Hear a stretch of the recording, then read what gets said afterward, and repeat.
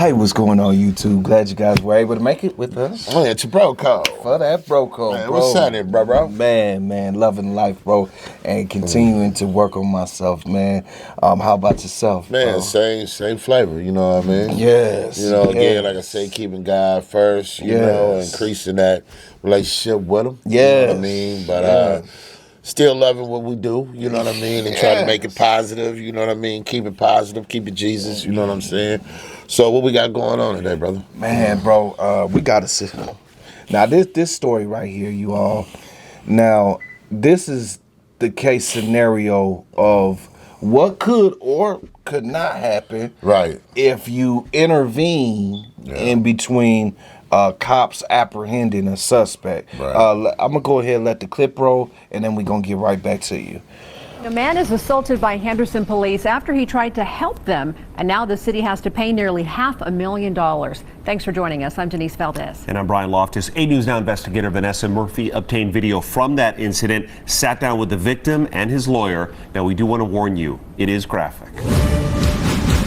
For Jim Herndon, it's been 6 long years since he became the victim of excessive force by Henderson police. Bad situation got out of hand and things just spiraled. He was an assistant store manager at Sportsman's Warehouse. Officers arrive after a call about an armed shoplifter. Here, officers approach the suspect and he runs. We had a firearm. Herndon, I didn't know what he would do. a former law enforcement officer for more than 2 decades, Just instincts from lots of years of training. intervenes. I recall jumping on him, But he never expected what would follow. saw stars. This is Sergeant Michael Gillis ramming Herndon in the head with an M4 and using a stun gun. Somebody had their hands wrapped around my throat and was lifting me up, so I peeled fingers off my throat.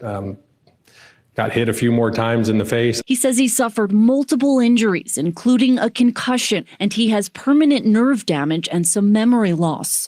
But there's one moment he can recall after the incident. They kind of chuckled and said, "Hey, we must have mistaken you for the bad guy." And it was really at that moment that I felt like, well, they're all standing out here getting their story straight. He later reached out to the city of Henderson. To even do the complaint and do the follow-up with that. I mean, they don't make it easy at all. In 2021, attorney Marjorie Huff filed a lawsuit against the city, Sergeant Gillis, and 5 other officers. It was very clear to me that, number one, the police had no plan, that they escalated the situation to a point that it did not need to escalate. It was safer to have more people. This is Sergeant Gillis on the stand. And you would not change a thing. No. He testifies the incident tarnished his reputation, a claim Huff is ready for. But you had previously had excessive force complaints for punching a woman in the face. There was questions on it, allegations, yeah. You had allegations against you for sexually harassing women at the Starbucks where you would do your paperwork. I don't think it was that wordage, but yeah. Also for inappropriately selling weapons, Yep. voiding traffic tickets for friends and family. Yes, I did that. 5 to 10 inquiries about using excessive force by Internal Affairs. Sounds probably right. You've been placed on leave with pay 4 times. Yes, ma'am. What types of incidents cause an officer to be placed on leave with pay? Shooting incidents where somebody dies or there's substantial bodily harm to that person. And then the verdict, the city of Henderson must pay $450,000. What stands out to you about the Henderson Police Department after handling this case?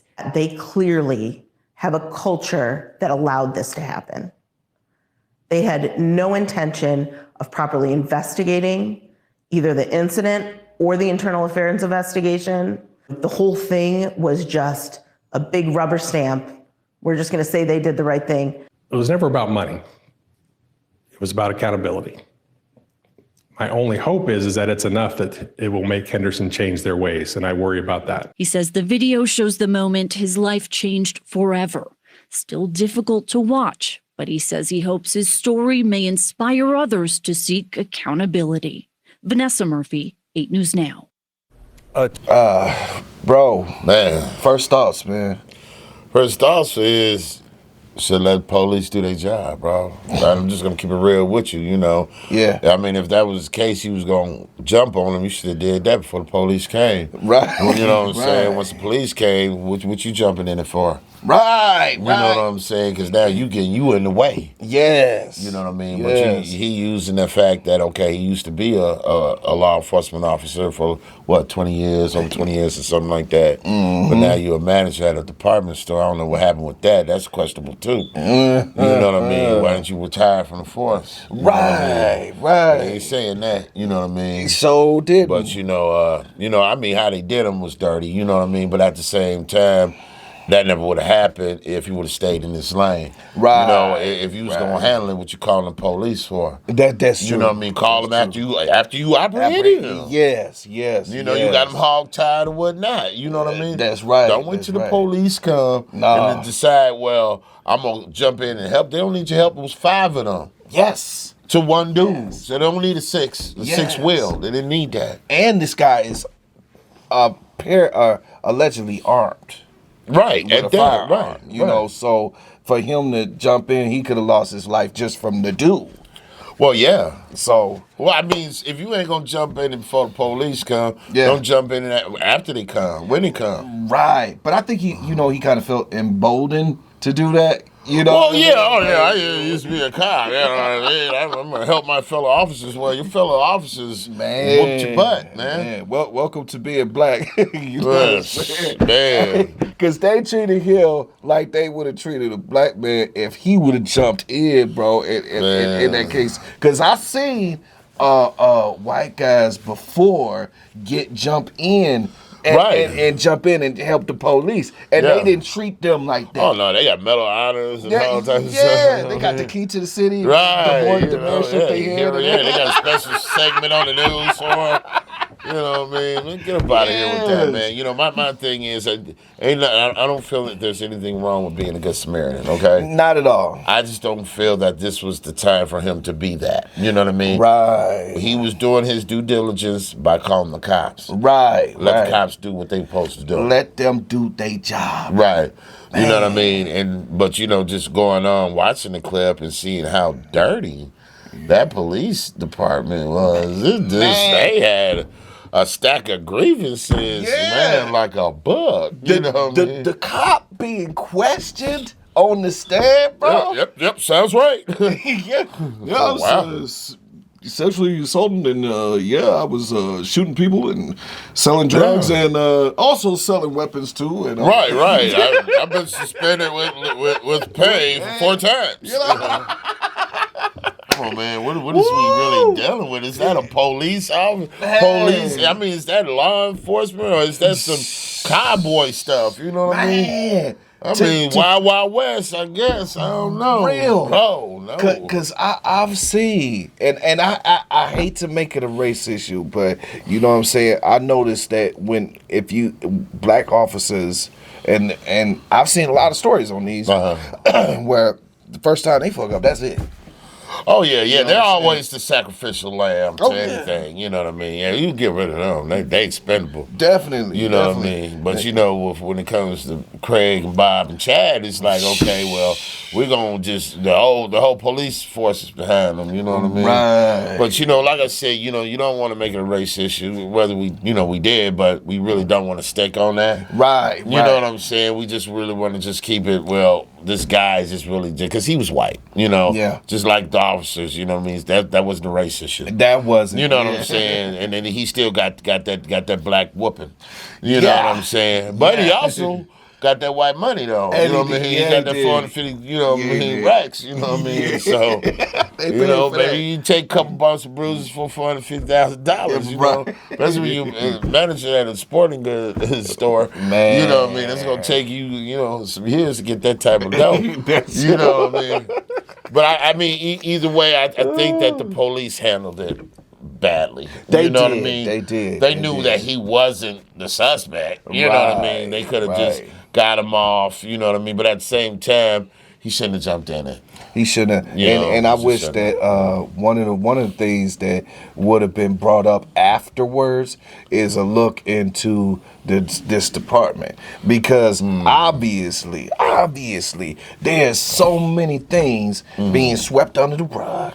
Yeah, but I just don't think that his situation is a valid one for me. I don't think that they was wrong. You know what I mean? And not in that case. In that case, because he actually intervened. He got in the way and interfered with what they were supposed to do, because doing that, he probably could have got one of them killed. You know what I mean? Yeah. Especially if the guy was armed or whatnot. They can't see the gun because he's on top of him. Exactly. And that guy could have gotten the gun out some way and just shot somebody, you know, and they wouldn't have seen him because this guy is on top of him, trying to apprehend him, you know, when that's what they are there for. Yes. So I just, with this situation, I don't see that being really something unfair. You know, he just caught some licks for jumping in some stuff that didn't have nothing to do with him. Facts, you know. So at the end of the day,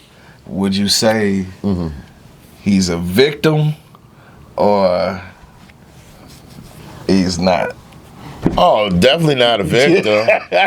Not a victim. He actually came out, you know, kind of sweet. Because, you know, he got that dough, you know what I mean? He got that payday. I don't know if that's something that he orchestrated. Some people are brilliant. You just would never know it. He might be in one of them, like, oh, if I do this, I know they're going to whip me up, and I'll go ahead and sue him. You know what I mean? Take that in that part. Right, you know what I'm saying? You never know. Right. But see, my thing is, I think, you know, like you said, if it probably been anybody else, it'd have been like, you shouldn't have jumped in no way. Yeah. We're not paying you anything. Definitely. You know, we're not giving you nothing. It could have backfired. You know what I'm saying? But it didn't with him, you know, I guess because he pursued it. I don't know why they paying him.